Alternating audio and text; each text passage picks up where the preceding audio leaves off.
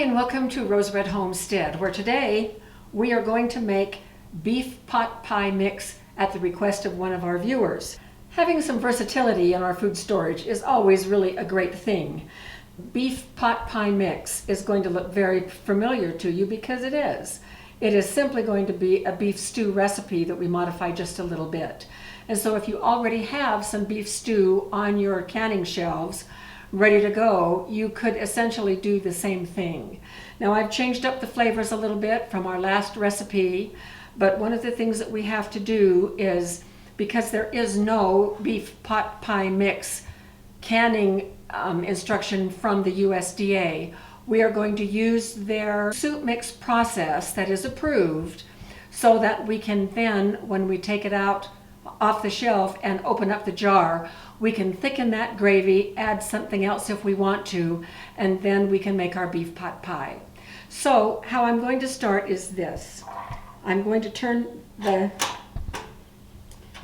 flame on under my jam pan. This is my jam pan. I will use it on my butane stove, but it will work on any stove. It works on my induction range, which is really nice. Now I'm only putting a little tad of oil in, because when we make the universal soup mix or do-it-yourself soup mix, we can't use very much oil at all. We don't want to, because it interferes with heat transfer with the product. So I'm just going to use a tiny little bit, probably less than a tablespoon. And this jam pan has a very heavy bottom, you know, like some of the rest of us. Not you, honey. And because meat is so expensive these days, I have cut down on the amount of meat that I'm going to use here. And so this is about 2 pounds of meat, and it is going to make, I say it's going to make 4 quarts. I think it's going to make more than that. We'll probably have more. So I'm just going to drop this meat in, and notice that I am not putting any flour on this meat. And that is really, really important. Flour is a no-no when it comes to canning.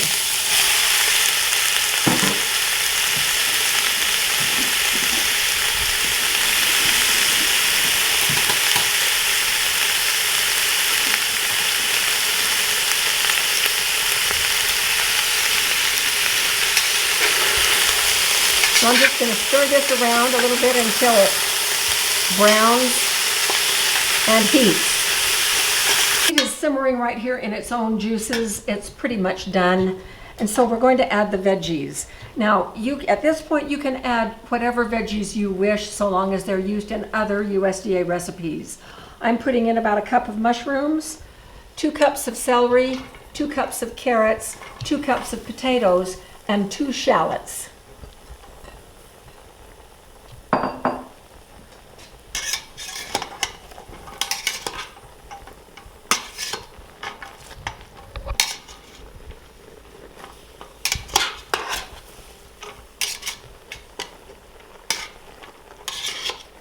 And remember, this is going to be for beef pot pie. I'm now going to add the equivalent of about 2 cloves of minced garlic.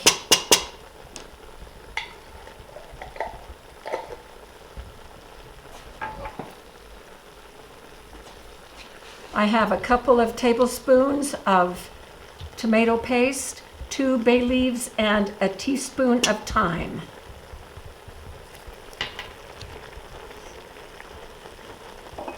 And I'm going to put in a couple of tablespoons of Worcestershire sauce.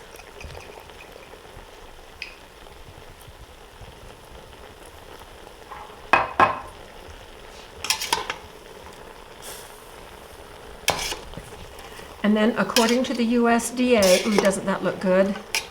Now, I have not added any salt and pepper. I will do that too. But now we're going to add enough water or broth, and I'm just using water for right now to barely cover what we have here.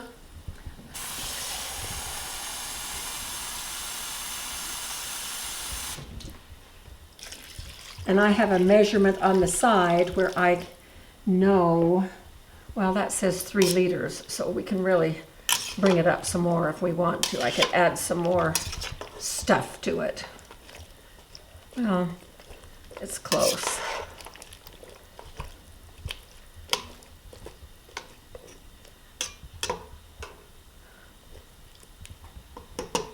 All right, according to the measurements on the side, I am about 1 quart short of 4 quarts. And so I am going to put in some more potatoes. So I'm going off camera to do that, and we'll come back when I've put those potatoes in and the mixture is boiling. So this just looks fabulous. I put in 1 more potato and added a little bit more liquid. The way we're supposed to do this is to fill the jars with about half solids and then the rest with the liquid. So we're just going to try to do that as best we can.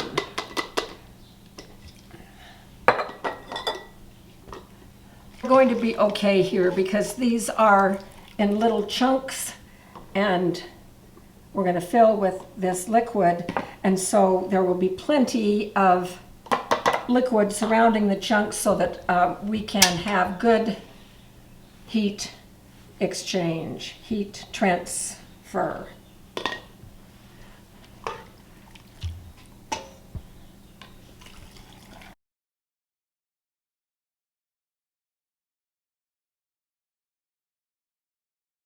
I have 4 quarts of this beef pot pie mix. So we're going to process these tonight. I'm going to use the carry, and then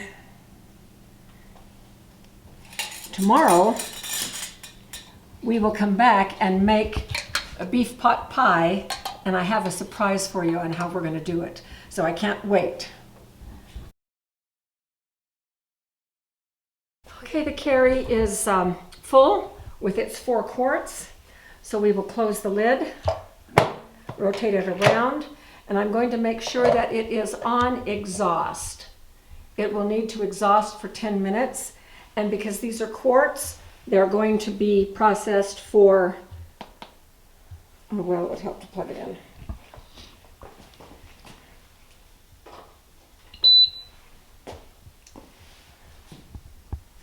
So we're going to go high, and these are quarts, so they need to be processed for 90 minutes.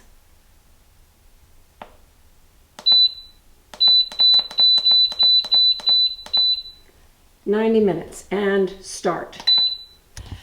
We will come back when these are ready to come out of the canner and we'll see what we've got. So see you then. Pressure is just releasing from the canner right now. It is safe to open it.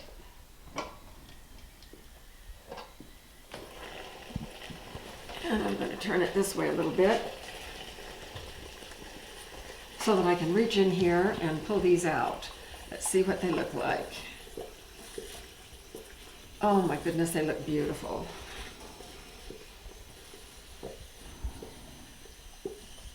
I'm very pleased. Woohoo! These should make some delicious pot pies. I can tell by looking at the water that we have had a little bit of siphoning. I can't tell which jar yet, but I can smell it. I can see a little bit of greasy water in the bottom. And that happens. It just happens. And so they look gorgeous. We're not going to touch them. We're going to leave them till morning. And then we will come back tomorrow evening and make some beef pot pies with a surprise. So we will see you then. These turned out beautiful. Here they are, 4 quarts of our beef pot pie mix. And we did have a little siphoning. It looks like this one lost the most, so I'm just going to go ahead and pull it out and use it for today. So we're going to go ahead and make up a couple of pot pies for Jim's and my dinner.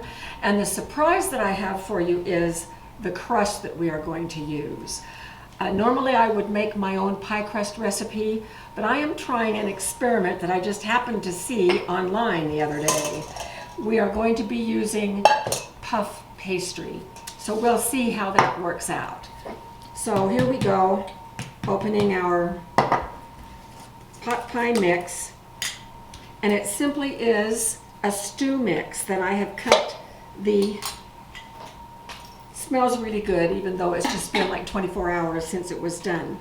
I cut in small sizes so that it would work really well for a pot pie. And I'm draining all of the liquid out that I can possibly get out because I'm going to make the gravy. Now, one of the things about making any kind of pie, including a pot pie, we want to start with a really cold crust. And we don't want to put a hot filling in a cold crust, otherwise it turns the crust, guess what? Gooey. And so we want that crust really crispy and all the way done. And so here's what I'm going to do. I am going to go over to the stove and make a quick gravy out of this liquid. And I don't want it, these I'm not going to heat up in the gravy. What I'm going to do is put these in the pie plates, put the crust down and then this in the pie plate, and then pour the gravy on the top so the gravy is not super hot, so the whole pie mixture is not super hot. So I'm just going to make a standard gravy by adding a little bit of flour and stirring it up until it's ready. So I'll come back when I have done that and I'll show you what I've done. And you can see I made quite a thick gravy because when I mix it with these veggies, the veggies are still going to be a little bit wet, and so it's going to thin itself down just a little bit. So I'm just going to keep that out on the counter and let it cool while I mix up the crust. Now with this puff pastry, I just need to roll it out a little bit so that these creases are gone. And I'm not quite sure how much it's going to take, so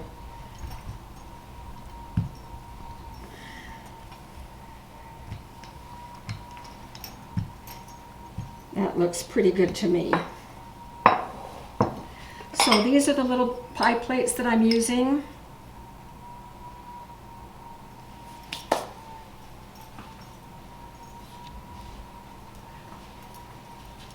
So I'm just going to cut what I'm hoping is a plenty big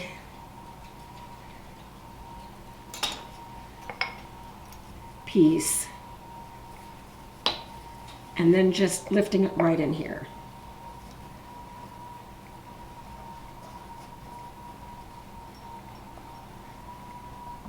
And because these are already fluted all the way around, I'm just going to push the crust right into those flutes.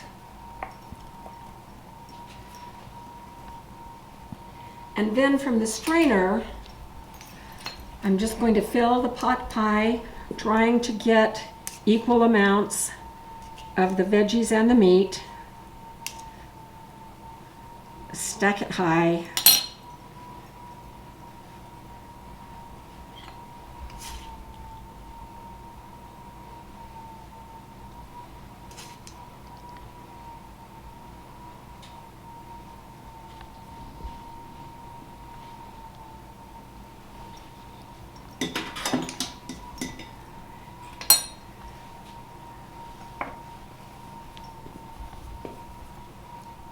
And then I don't know if this is going to work, but I'm going to try it. I'm going to spoon in the gravy over the top.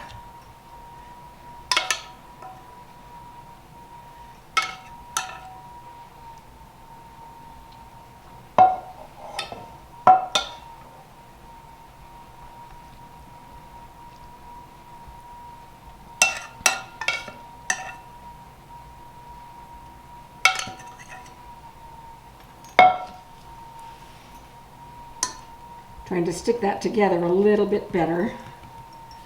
We want to keep these crusts as cold as possible as well.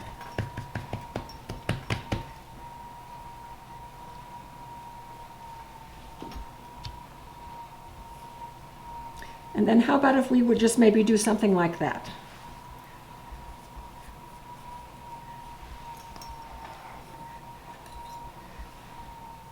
I'm inventing as I'm going. I've never done this before. So we'll see how this works. I don't know.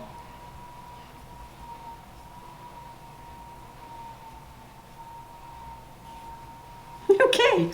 Ta-da! Maybe a toothpick? I think it'll be okay. It's going to puff, I hope, beautifully. We'll see. and I'm going to give that an egg wash. All right, I have one more. We'll finish up with that one, and then I'll come back and show you what we've done. All right, here we go. We have two very different looking pies. This one I was able to cut the crust to fit a little bit better. Here's a seam. This one is the one that I lapped over. So we'll see how they do. This is a little bit of egg powder that I have reconstituted to make sort of an egg wash on these. All right, I need to pierce the vent holes again.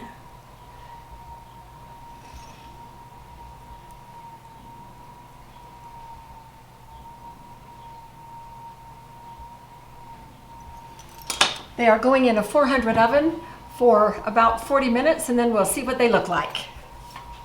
Do we ever have a winner? Take a look. These are just absolutely gorgeous. And they smell so good. Get one on each plate here. And get this pan out of the way.